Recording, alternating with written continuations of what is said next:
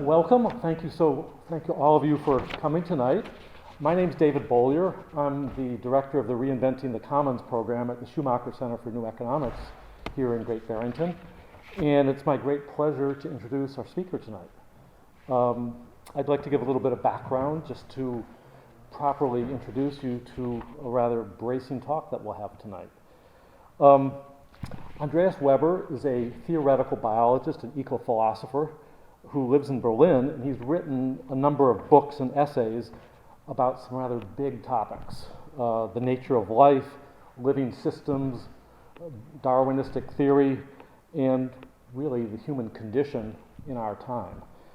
He has a PhD in biology but has worked in the tradition of the humanities and is in fact also a poet, which is a rare combination of different skills, I might say. And he strives to look at humanity from, I'd say, almost virtually every angle, from the scientific, the biological, the religious, the spiritual, the philosophical, the cognitive, and I could go on. But I think that's precisely why so much of his writing has such deep appeal and such insight. One of Andreas' specialties, for those who might be in the field, is called biosemiotics, which I think is a fascinating discipline that looks at how living systems create meaning and communicate it to each other, and how this is a consequential part of evolution itself. And it plays into much of his writing and thinking about living things. Andreas is something of a cosmopolitan as well. He's a German and writes most of his books in German, but he also spends a lot of time in Italy.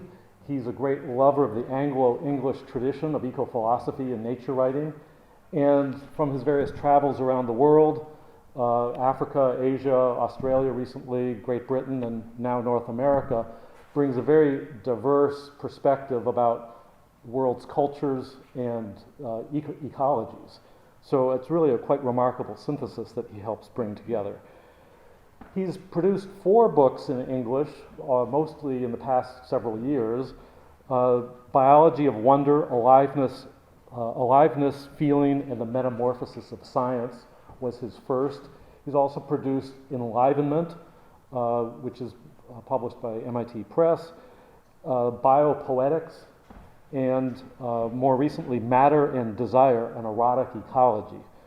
And the latter book is over here, will be available for purchase at the end of the talk for those of you who are interested. I got to know Andreas because we spent a lot of time together talking about the commons, nature, and aliveness, which are topics of mutual concern of ours. And I realized how much his biological research spoke to the questions that I was addressing of the commons. And so we've had a very fruitful set of dialogues and a resulting personal friendship that has been quite enlivening to me. Andreas' talk tonight is called Aliveness as the Heart of Economics, Ecology, and Commoning. And he's going to ask the question, why is our economy still destroying the environment and creating inequality? And I think his answers will focus not so much on politics or policy or economics as such, but more on how our very image of life and aliveness tends to lead us in some counterproductive directions. And that if we understand ecosystems as a way to organize reciprocity as a deep natural principle, and to see this in its holistic dimensions, that we can start to develop a vision of flourishing and wholeness ourselves. Andreas also has the audacity to challenge and rethink some basic premises of neo-Darwinistic thought in how we talk about evolution, how we talk about life itself. In other words, science, in his opinion, is far too reductionist in thinking about life, often using the metaphor of a machine or a clockwork, when in fact it's really something deeper and more alive. So I'd like us to consider Andreas' talk tonight as something of a deep dive into some antiquated ideas that some of us may have about biology, science, even economics, and to entertain some very bold and daring ideas about new ways to think about biology and living organisms, and one might even say the meaning of life as a biological process. There's a famous saying that Einstein attributed to Einstein that says no problem can be solved on the level of consciousness that created it. And I think what I find so exciting about Andreas's thought is that he gives us an even big picture for understanding some of the problems that seem intractable at the level we talk about them, but in fact, from this broader perspective, can help explain new ways to understand how we might address some of these problems. So with that, I'm pleased to give you Andreas Weber to explain some of these in greater depth. Andreas?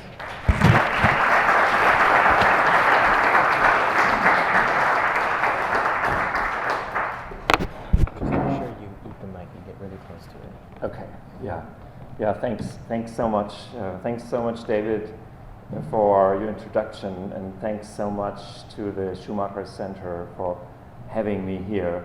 I'm always happy when I can come to the US and talk about my work, because I have been nourished by eco-philosophy, stemming mainly from an Anglo-Saxon background during my works, during my writing, my thinking in Europe, to a vast extent. So it always feels like bringing something back and coming to my true intellectual home in a way. So it's very good. It's very good to be here.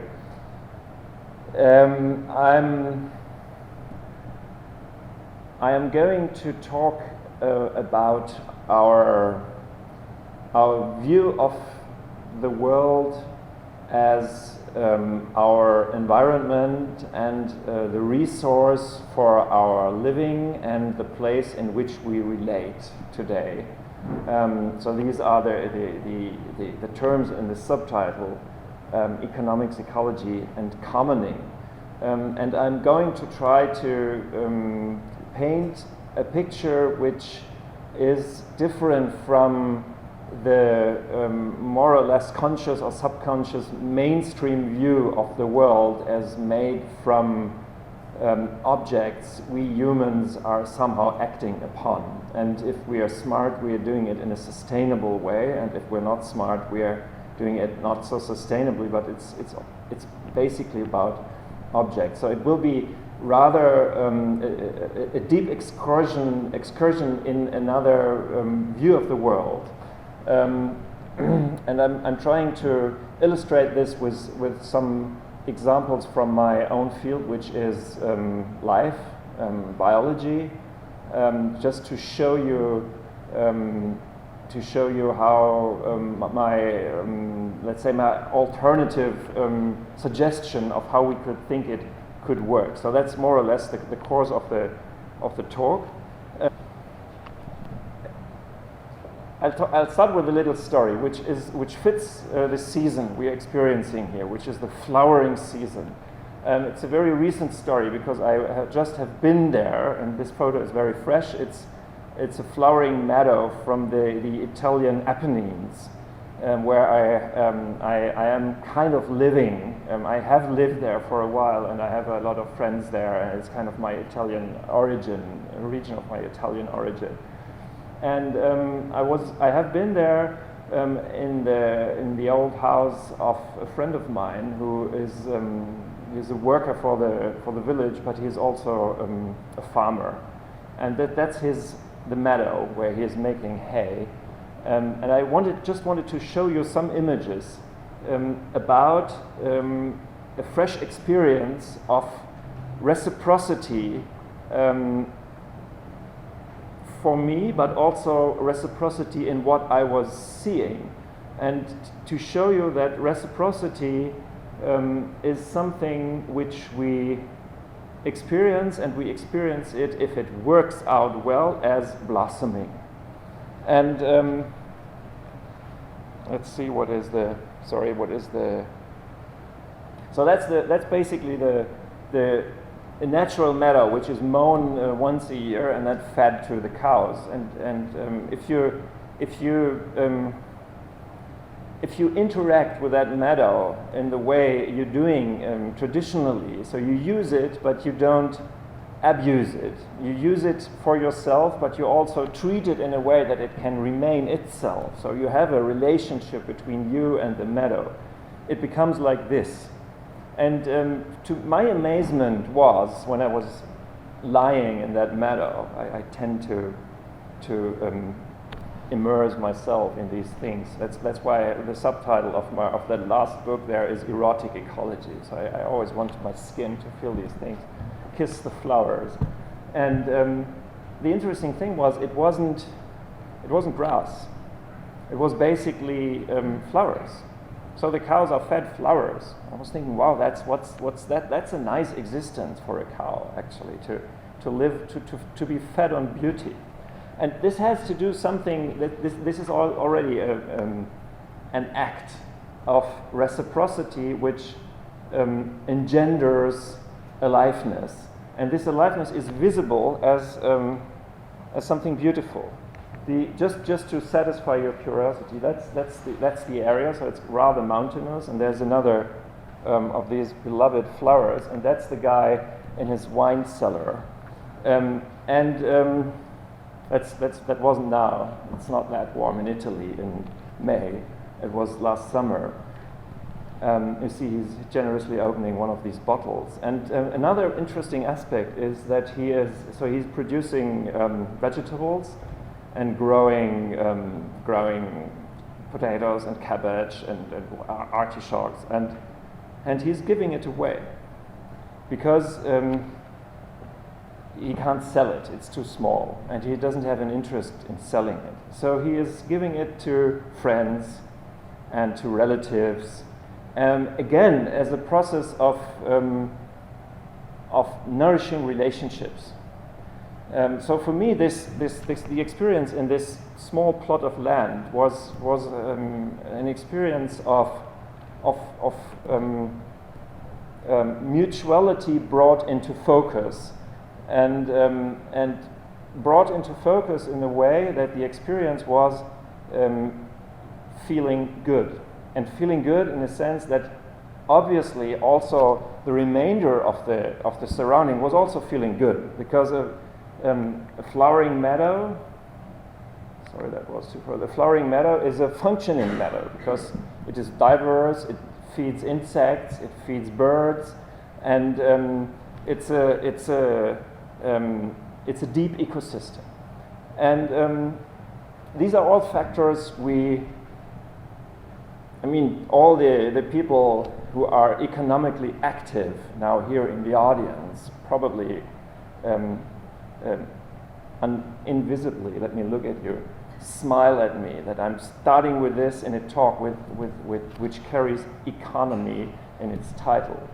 But I'm doing this on purpose because in economy is exchange, and every exchange has something to do with our reality, with our embodied and felt and feeling reality, only that we don't really see this as the objective version of things, but nevertheless it is. And this kind of exchange economy with the land and with others, with people I was experiencing here, is a form of economy, only that it is based on the desire to have something which feels fertile, which doesn't yield money, but which feels nourishing and fertile, and that's good for the landscape. That's a very interesting result. You could also say that it's making alive, it's giving life, it's enlivening, or it's yielding aliveness. So let me explain a little bit. There's another I put together for you a collection of my spring ecstasy photographs from my last trip to Italy. So maybe you recognize the biophilosopher with the head in the blossoms on this photo. So what I'm at, and David already told you, is to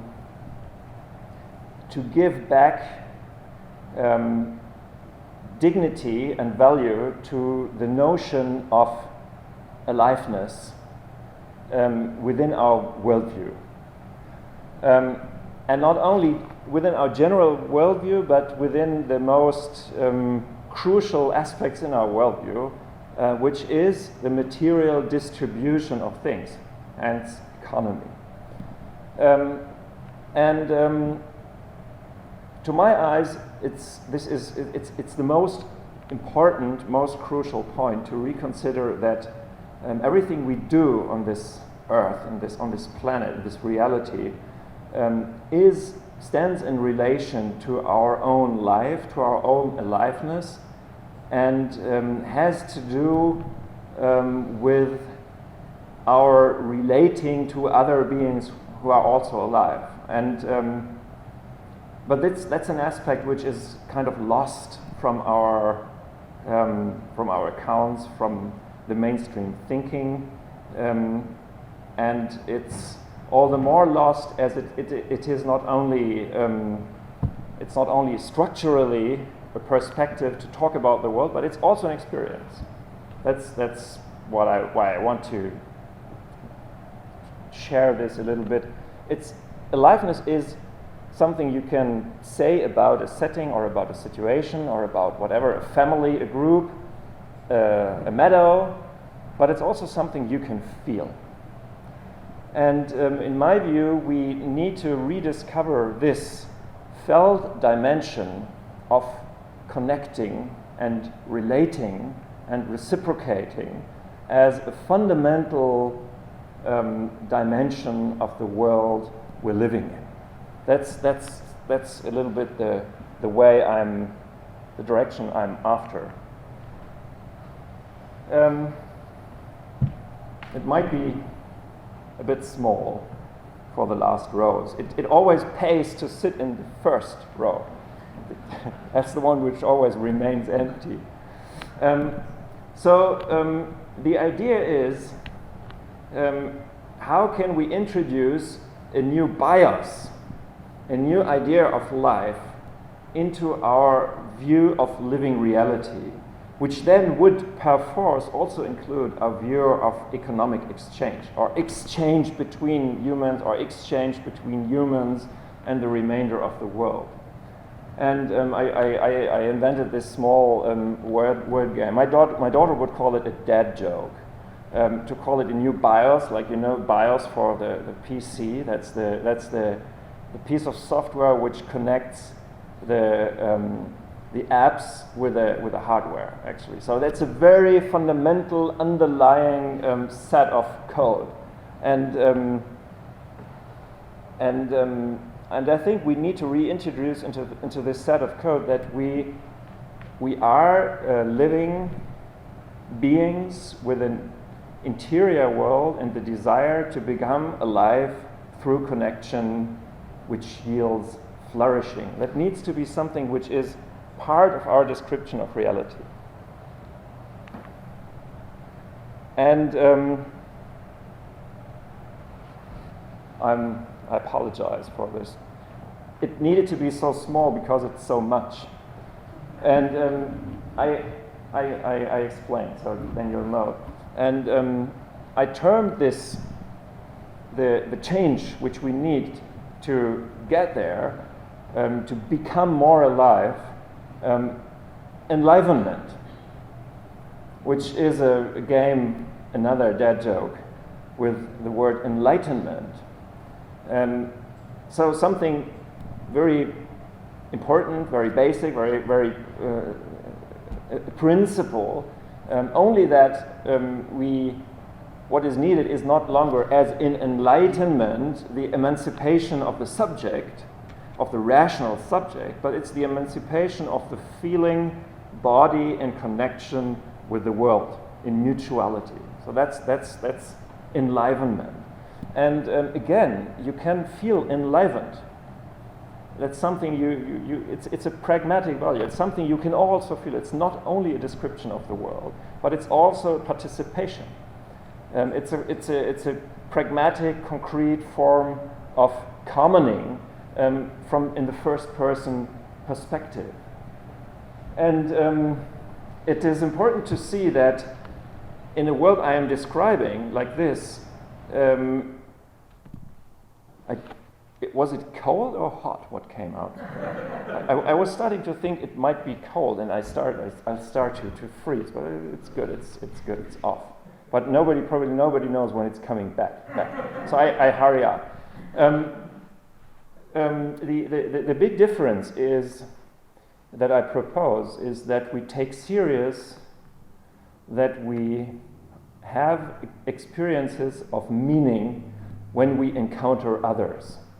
So what I started with, the flowering meadow, which normally does not leave most persons indifferent, which leaves the impression of being in touch with fertility, with something calling you, with something which mirrors yourself. This is a fundamental set of the world. The world has an interior aspect, and we need to take this serious. And then we come to see that starting to call for more aliveness in the world might even be a better recipe than to call for more sustainability, which is, in the end, still a way to talk about objects out there, which don't create experiences and feelings and meaning and sense, but which need to be described in a neutral language, in the language you use for a dead world. And I think it would be a good idea to at least as a kind of game, to substitute sustainability with aliveness. Then we suddenly would know what to do. And it's even not very pretty if you talk about something. If you everybody knows that. If somebody tells you, can't you be more sustainable? It's very boring. Or if your partner suggests, let's have a sustainable relationship, then you kind of start to think, is this really worth the while? But if you're having an enlivening relationship, it's something people are envying you for, probably. So I think this shows that there is something we should consider about getting back personally into the play of relationships which create ourselves and which create the world around us, coming only with me. So what I'm proposing, and I'm going to a little bit more into depth in this, in what will be coming now, is that we need to go beyond an only economical view of the living world, economical view in classical terms, which I call here bioeconomics. And in the course of getting beyond this, we'll discover that many truths, many air quote truths about reality as it is, might turn out to be wrong, actually. And belonging to this truth is the idea that nature is efficient as just an economy, that it grows, that it creates diversity by scarcity, and that it. So it's all different if we start from this first-person perspective of trying to be more alive, and the first important principle for this, and this is where I'm getting a little bit more into the details, is that we need to see, to my eyes, that everything which is happening in reality, in nature, in living nature, and in our lives, is about encountering otherness. We only become ourselves through the encounter of other. That's what is making us alive. And encountering the other is not only meeting objects and using objects, but it is being transformed through other, which in turn is transformed by us. So there's a very, very deep relationship between actor and another actor, which then interact and generate interbeing. And so again, let me show you a little bit how much the biosphere, the ecosystems, are a way reciprocity is organizing itself. So you see that there's again the flowering spring and the bumblebee in the cherry blossom, which must be a very delicious existence actually, to be a bumblebee in the cherry blossom.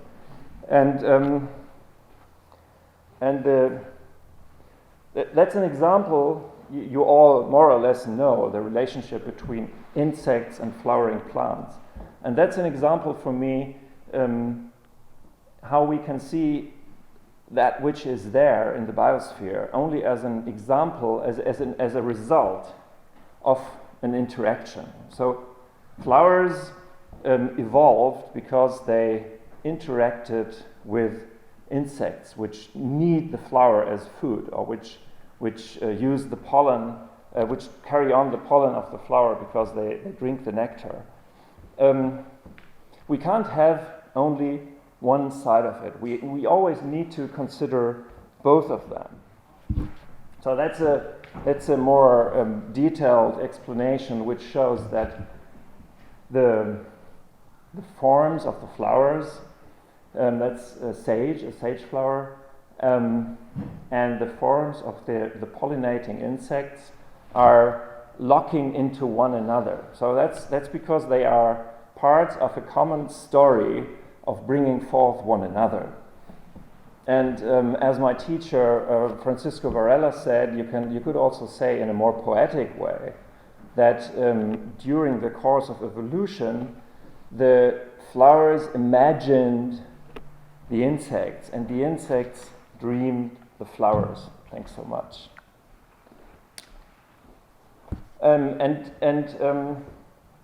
It's very interesting that the mainstream evolutionary theory has conceived this coevolution, the common development, the mutual imagination of flower and plant as a story of an arms race. If you talk about coevolution, it's very much about one exploiting the other. And you can do this in a way. You can tell this story, but you can also look on the other side of the story, and then you see that both are totally interdependent. You can't have the unfolding of the plant world, of the world of flowers, without the unfolding of the world of insects. So you just can't isolate them. You can't just take agents and objects. Both become agents, and both are agents which are transforming the others, which to my eyes is a very deep ecological principle, that you in order to become what you are or what you desire to be, you need to be transformed through other, and vice versa. And so this changes the way we can we view subjects, because then they are not closed on themselves, but they are always processes of interaction with all the remainder of the world. So in a way it might sound even trivial, because we all have been basically educated in ecology, and we know ecosystems are relational systems. It's about relation, it's about mutuality. But I would like you to to see clearly that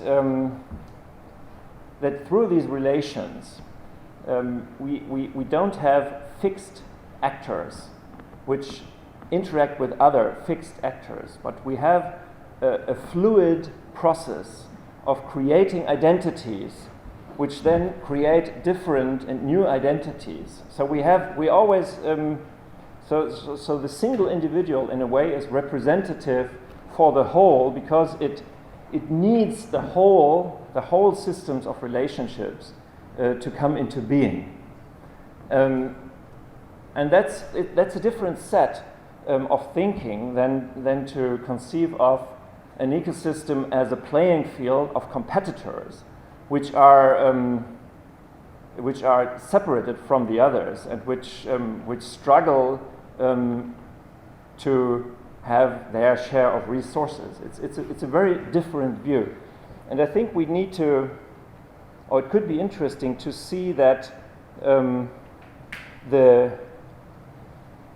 this idea that relationships, through relationships we create wholes, and through these wholes the individuals somehow, in a strange and magical way, always are this whole, and somehow speak for this whole, and somehow transform this whole into themselves. That could be a very, even an interesting way to explain our own feeling of connection to otherness in ecosystems. A very abstract way of seeing the relationship between singulars and wholes. You see these spots there, these dots, and when you start to create relationships between them, it's very abstract. So you just relate them. Then you have, for a very long time, these first 1, 2, 3, 4 sets, you have single relationships between these dots, and then at a certain point, everything is connected. And then relationships mean that the singular, the individual, somehow becomes representative of the whole through relating. And that's a very, very ecological phenomenon, which basically which we encounter on every dimension of the biosphere, and outside of ourselves and inside ourselves. What happens within ourselves is mutuality in connection, which yields continuous change between inside and outside, between ourselves and other, and which makes ourselves to tiny ecosystems,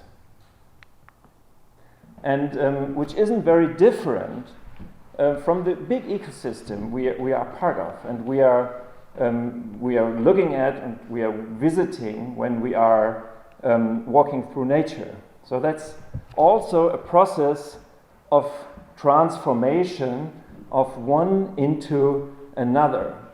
And I started with the flowers on the meadow of that Italian friend. And what I'm showing you here now is what a biologist would call a food web. So it's not that romantic actually. It's about feeding. It's about eating, and that is very much a part of our aliveness. It's the fact that we are edible, and that we are feeding on others in order to continue our own existence.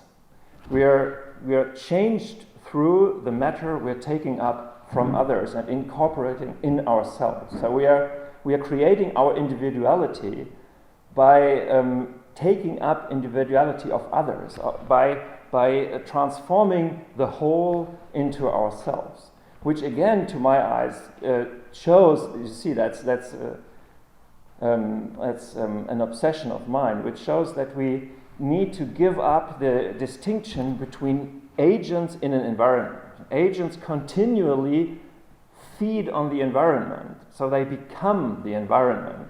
And and then they shed something, and that becomes the environment again. So that changes a little bit the idea of us interacting with something. And then again, just as an illustration, don't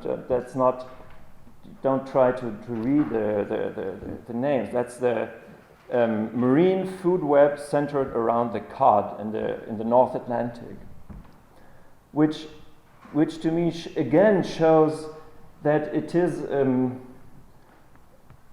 a huge togetherness made up from a host of individuals which are continually changing in order to yield that whole.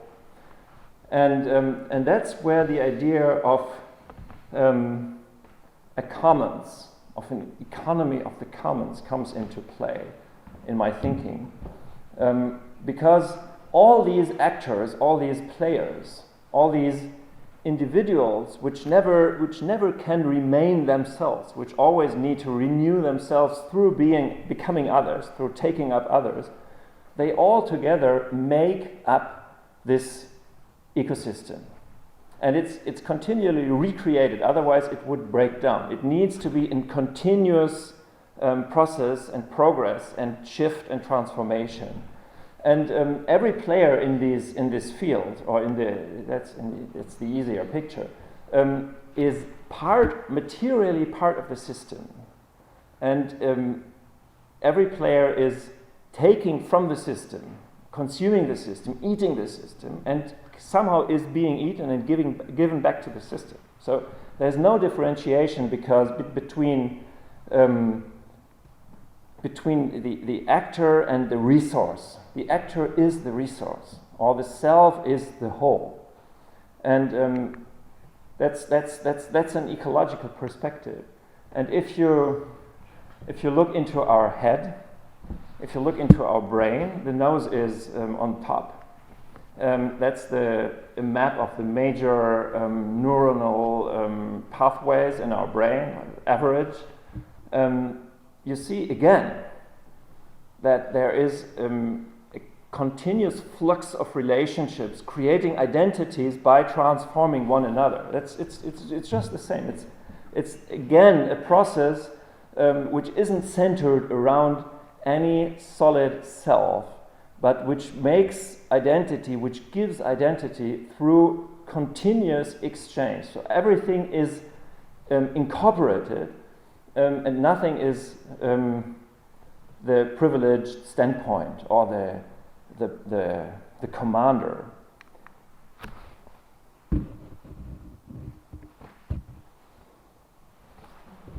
And again the flowers. We walk outside, we look in the world, we look in the living world, and we see a world of hubs and nodes yielding relations. Every flower is a center. Every flower is a dot in a very complex network of links of transformation. Every flower is a landing platform for insects feeding on it, for laying their eggs there. It's an attraction point for birds feeding on the insect. So again, it's when we go out into the living world, we are running into this web of transformations. We can feel it. We can, as you saw in one of these first pictures, we can press our nose into it. We can smell it. So it's not only an abstract process, like I try to explain to you. It's also something we can be a part of. We can participate in. And so in a way we can, if we go out into what we're continuously doing, if we go out into the ecosystem, if we go out into nature, we can feel our identity arising from the interaction of so many other identities. That's something that we can experience. And to my eyes, that has very much to do with the love we feel, or many people feel, the majority probably feels, towards other beings. So our biophilia, how Edward R. Wilson would call it. It has to do with the fact that we can experience that we are parts of a world, of a reality in which selves arise through the presence of others, which are somehow incorporated or transformed into them. So it's not only abstract; it's very palpable. Only that we can't conceptualize the way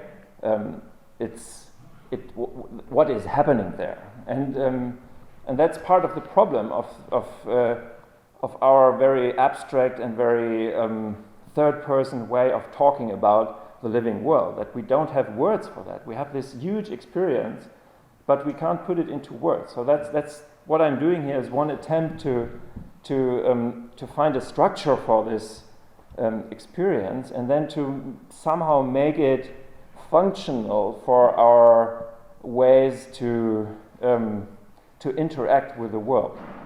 So the book I already told you, Matter and Desire, is called An Erotic Ecology in the subtitle. So I already told you it's because all this what I'm trying to describe is also an experience, and it's an experience we make with our skins, and we make with our bodies, and we make with a faculty of connecting which is not rational thinking only. But it's also called an erotic ecology because eros has something to do with desire. And desire has something to do with longing. So we're not far from love.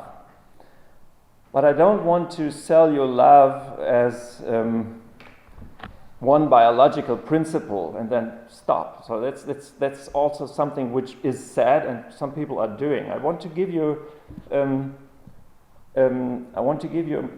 a principle for it, and that's part of what I tried to explain to you before. It has to do with how selves become themselves through mutuality. In a love relationship, in a human love relationship, you become fuller through the flourishing of the other. You become self through otherness. And through otherness that then also becomes more fertile. And to my eyes, in a very abstract form, so not cheesy, I try to put it in a not cheesy form, that's the principle of mutuality in ecology, where selves become selves through massive transformation by others. And it's a principle which even goes into the way the connections in our brains are organized. So that's why I showed you these blue lines morphing into tiny squares. Wouldn't that be interesting? Wouldn't that be interesting if we could describe ecological principles or even principles of vital exchange in reality, in their structure, in their form, in the same way as we describe our existential perception in love relationships? Wouldn't that explain a lot of things? Because then we wouldn't have this huge gap anymore between our human perception of what we are doing among humans and the neutral, mechanic, silent, natural world on the other hand. To me, that's a very intriguing option, actually, to at least consider that our direct experience of the feeling of meaningful experiences in loving relationships is something which is already manifest in the world as it is, as it unfolds. And isn't it somehow compelling to say, as an answer, when somebody asks you, why are you so much liking to walk in the woods? And you say, you could answer, because it's teaching me something about love.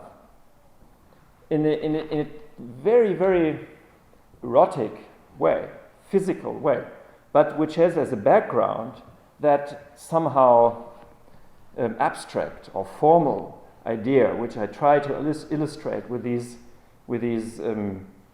drawings and diagrams of individuals through otherness, which then realize themselves.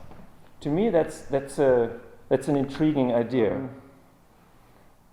The next step would be to at least admit that the world is about relationship. So other is interaction with me. Other is somehow perturbing me and changing my ways. And then more radical, that's already the direction I try to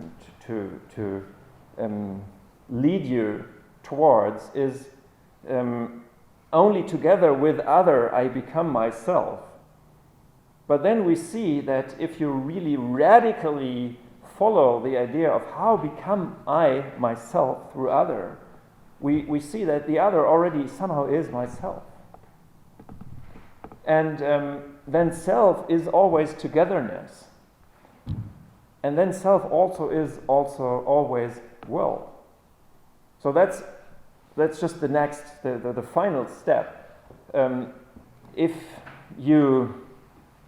we understand ecological unfolding as a love process in the sense I try to explain, then through this love process, yourself realizes itself as the whole. That's a part of this love process. And that's also an experience. And I'm sure some of you, or even many of you, have had this experience. That's an experience you make in the presence of other. Be it human, in a love relationship, you have this perception of somehow being perfused by other or becoming this other. And particularly if you closely relate to unfolding otherness as nature, you see yourself, you see your inner world laid out before you, and that the whole talk I'm giving here is an attempt to pull these experiences back into the realm of that which is real, to pull it back into the realm of which is real, and to save them from the idea that this is all only mere projection, which is the normal way of our economy of things. Okay, it's sentimentality, or you have read too many romantics, or whatever, or you like indigenous thinking, but in truth it is different. But I try to show you that in truth it might be just as we feel. And then that's my final curve, the final bend. And if that was real, then our way of exchanging relationships should be vastly different from it is now. And now we're back at economy, actually. So our way of organizing relationships should be about becoming more myself through having more of other, or through having more diversity, or through being more open to being transformed. And it can't be about distributing objects to consume by individuals. It couldn't be like this. So it's the idea that this whole reality is actually a commons. And this whole reality somehow is also self, myself and yourself. And we should treat it accordingly, which would be truly, deeply different from the way we do it. But it might become a love process. And our suffering in this world, as we treat it and as we leave it and as it is the suffering of a being which is without love, obviously. And that's the rationale of an erotic ecology. And it is always fun because it's always about putting your head into a bunch of flowers. Okay, that's for that. Thanks so much, and excuse the confusion with the PowerPoint. Thank you.